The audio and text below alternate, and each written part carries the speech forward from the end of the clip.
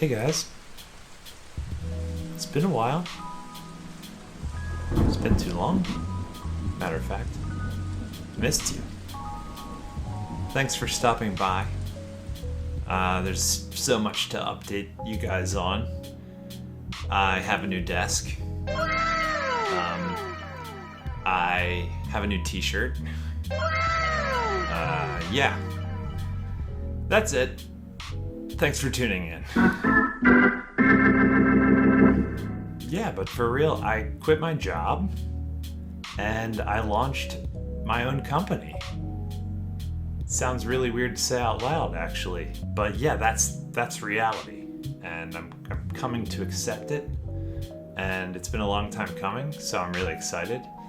And I actually don't really have anything planned about this video of how to announce this, or really this isn't like trying to milk more clients or get any sort of engagement. I just thought it'd be cool to kind of announce it, you know?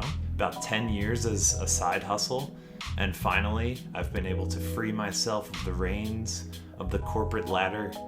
Hey, Editor KC here. Just interjecting because I said reins there when I meant to say either chains or rungs. Sorry about that. Who cares? I do. Get back to the video. And I've been able to commit to my own, hopefully a family business. We'll see. But yeah, I guess I'd like to tell the story of how this all kind of came to be. Maybe shed some insight into oh yeah, I also have a mustache now. Yeah. Crazy. It's wearing a mask. I get to wear a mask, so then I got to grow this in secrecy. And yeah, I don't know about it still. Sound off in the comments. I don't know if I want that or not, but yeah, let me know. Keep or delete. Some of you guys don't really know me, probably. My name is KC Corbett. We've got a little lower third here, probably. I have long, struggled to try to figure out what my role might be as an artist, and I've kind of worn many hats across the artistic fields. So I kind of started as a graphic designer in school, made my way through a couple different random odd jobs trying to become a graphic designer professionally. But for years I worked actually as a line cook, as an oyster shucker, and really that was most of my employment for years. Up until in 2014, I was lucky enough to get an internship with Cartoon Network for the show Adventure Time in its sixth season. And I actually got to go there for the summer in Burbank, California, and work at Cartoon Network Studios. And it kind of opened my mind up to the production process. And I already was a fan of cartoons. It obviously was a dream gig. I could talk about that. Maybe we'll make a whole other video about that at some point. But I really got into the idea of art plus time equals animation. And so that's production in a nutshell, is getting that all to come together and creating that recipe. So I came back home, back to the restaurant grind. Unfortunately, the job competition was so tight, it seemed like I couldn't find a gig as a graphic designer long term. Eventually, I kind of just lucked into getting a job as a videographer. I just said, yeah, I could do that. I could, cameras? Yeah, love them. They're great. And worked my way into a role as an editor. And as an editor, I learned how to be the back of the house guy for a production company and take footage and compile it using music, using voiceovers, whatever the case may be, and to kind of tell a compelling story, ideally. And that was a fun gig. I really enjoyed doing it, and then sent back to the restaurant world. You're fired. Good times.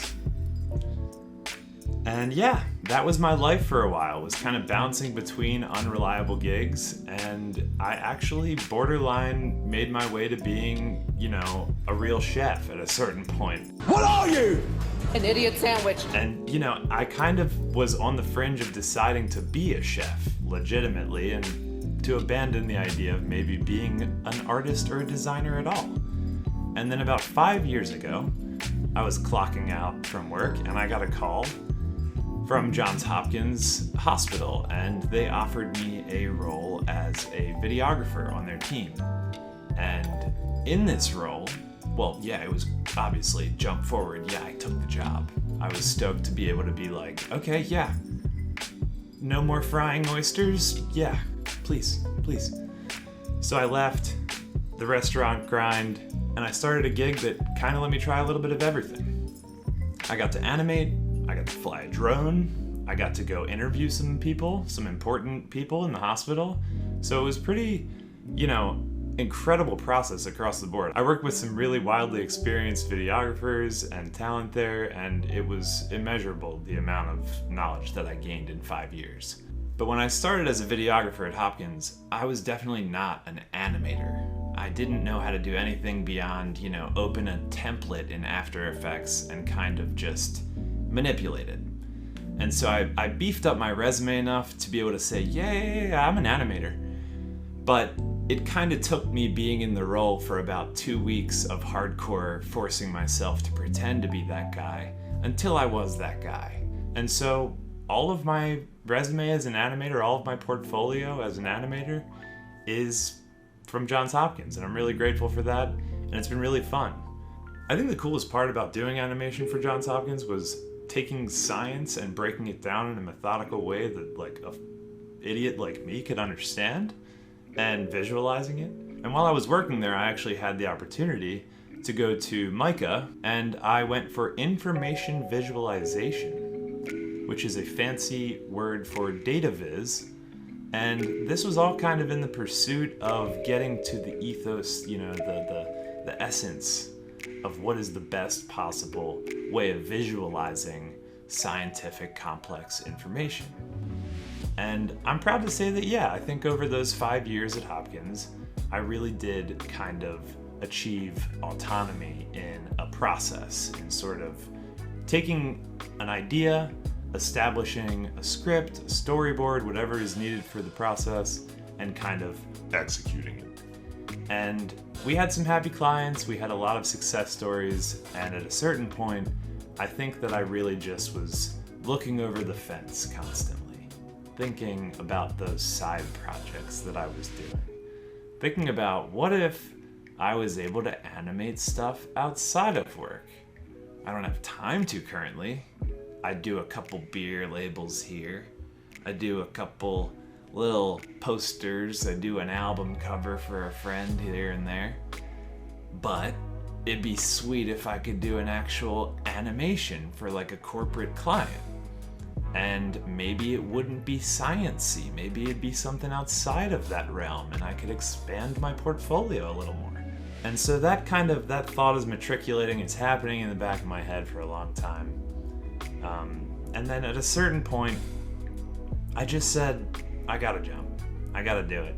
The jump happened about 2 months ago now, and I've been really grateful that I've had a handful of clients that are really good people that I knew that I could work with, some agencies, I should say, people/agencies that I know I can rely on for consistent work, and who help create middleman opportunities for work with really cool clients that I wouldn't otherwise have opportunities with.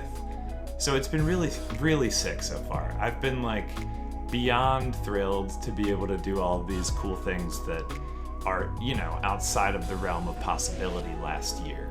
Like many of you guys, I think it was sitting in isolation last year and just being kind of stuck with my own thoughts and really thinking about what's best for me, what's next, what happens after I die. But to open up a little bit, to be a little dark and sad, if I learned anything from Bo Burnham, it's to tell you guys that last year was really rough for your boy. Having epilepsy, which for me is tied to my stress, my anxiety, I can have a seizure basically, it seems, based on my levels of stress and anxiety. Probably the largest reason that I'm making this video is because I'm really glad that I decided to say fuck it. I decided to just jump into the abyss and say, I've got one life, I'm gonna live it, sounds like the most cliche bullshit you've ever heard. But if there is some itch inside of you to do something weird, or, you know, to plan a trip or whatever the hell you're itching to do, I don't know. If you're trying to become a professional badminton player, if that is your life's goal and you have the next 4 years to plan to become an Olympic athlete, I encourage that shit. I want you to go and get the best badminton racket you can get tomorrow. I want you to go and, nah, I don't know. This is a tangent I don't want to go on. This is, don't do that. But yeah, there was a moment about a week after my last day at work where I was just kind of sitting at home. I had resolved all of my email exchanges with clients, and there was really nothing to do. And it was like noon. And my day was over, and I really didn't even have anything to do the next day. And it just was weird, and I was uncomfortable, and I took my dog for a walk, and I was just like, what do I do, dude? And I'm still figuring that out. It's been like almost 2 months since then. I'm still figuring it out. But it feels good. It's a good weird, because I'm starting to think about, you know, why was I so driven by that obsession to just sort of create? Who knows why I was creating the things I was making. But I think that for me, stepping back and finding a balance between the work that I want to do and then the value that I think that I'm worth and that I've accumulated over the years and the expertise that I've developed. But yeah, it's been really fun so far. I'm really, really excited. No commissions for long Furbies yet, on a corporate scale. But yeah, we're working towards that. But that's it. Just a quick video here. That's it. I'm sorry. No more. I know. I'm sorry. But please, let me know what you think of my mustache. Should I delete it or keep it? Thank you so much. Oh, and Jolt Cola actually, unfortunately, is questionable as a sponsor. They sent me a cease and desist, and I am in negotiations with my lawyers to find out if I am able to say if Jolt Cola is a sponsor of the show. So tune in next time to find out. Thanks for tuning in this time.